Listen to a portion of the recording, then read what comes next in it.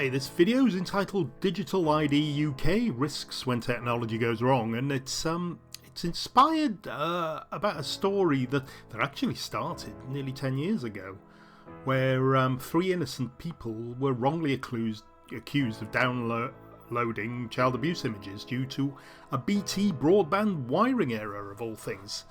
Okay, so what happened? Well, this is the story. 3 wrongly accused over child abuse images after BT gets wires crossed. Very good. That's BBC. I'll put the link in the site below if you want to have a look at it. But let me just explain what happened, really. So here's the webpage.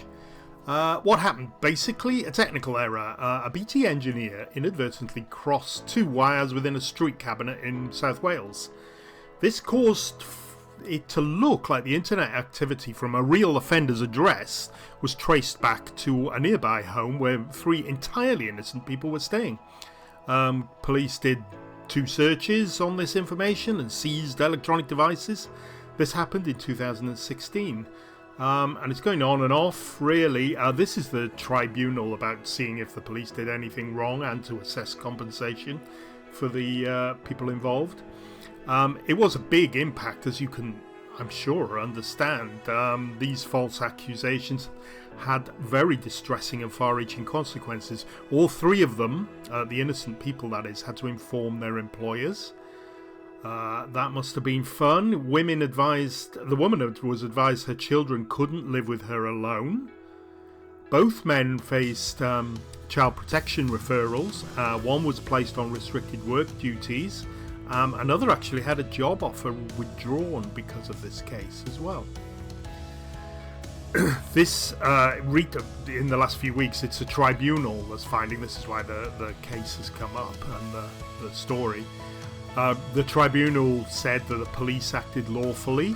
The Investigatory Powers Tribunal ruled David Powers Police acted within the law and responded appropriately once the error was discovered. The technical fault was caused by BT, not policeman misconduct. They said it was just 2 wires linking both addresses were inadvertently crossed. Now, I find this a little bit confusing because basically, depending on what logs they were looking at, normally a fibre or copper will terminate at the street cabinet and then go on to the exchange. But the physical line might be associated with a customer's account in the ISP's database. But when your modem, your router, or your Wi-Fi, whatever at home connects to the internet, it does something called PPP authentication. There's a couple of types, PPPoE and PPPoA. There's some other access methods that some ISPs might use. Basically, the router then sends a username password, which is usually set up in your modem router. It's probably auto-configured in a lot of cases, and it goes to something like an ISP's radius server. So basically, the ISP will assign your IP address to your unique username and password, and will log the account, the timestamp, and your IP. So I don't really see how a IP address could be misassigned from a physical error there. But having said that, I have looked at this issue, and there are some situations where this could happen, and depending on what logs that were looked at by the police, are there things like DHCP leases being cached, and crossed copper pairs. There's some line identity confusion apparently on different setups if you're early ADSL. Anyway, I might do another video on that. It's a bit boring if you're not really interested in the techie stuff, so I don't want to scare everybody off, as I usually do. But anyway, so justice was served, you could say. Police later identified and prosecuted the actual offender, who just lived nearby.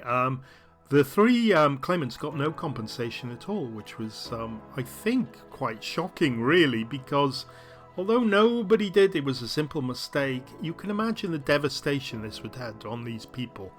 And this is kind of what I'm worried about with the digital identity cards. Although it's slightly different, it's an IP address. An IP address is basically a digital identity online.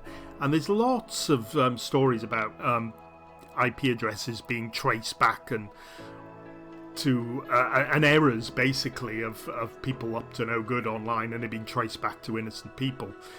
But just to summarise, BT case, of course, was a technical wiring error, incorrectly attributed very nasty criminal internet activity to the wrong people. 3 completely innocent individuals were then wrongly implicated in a very serious crime, and of course, you know, they couldn't get much worse than this. It would be better if it was fraud or robbing something, I would think. I couldn't imagine anything worse than this. It resulted in police raids, device seizures, and whatever personal distress this would have involved. And the error was just a physical infrastructure fault, not malicious intent. Now let's think about digital IDs. We're all going to have them. Everybody's going to have them. The big issue first, I would think, is database errors. You're going to get incorrect data entry. I get your ID, you get my ID, or whatever, something like that. Corrupted records, outdated information, that our IDs are swapped or wrong. There'll be system glitches, of course there will be. Whatever software or infrastructure is put in place in this is going to get wrong, especially if the governments are installing it. There'll be hardware failures, and they'll cause false positives or deny people access based on these things.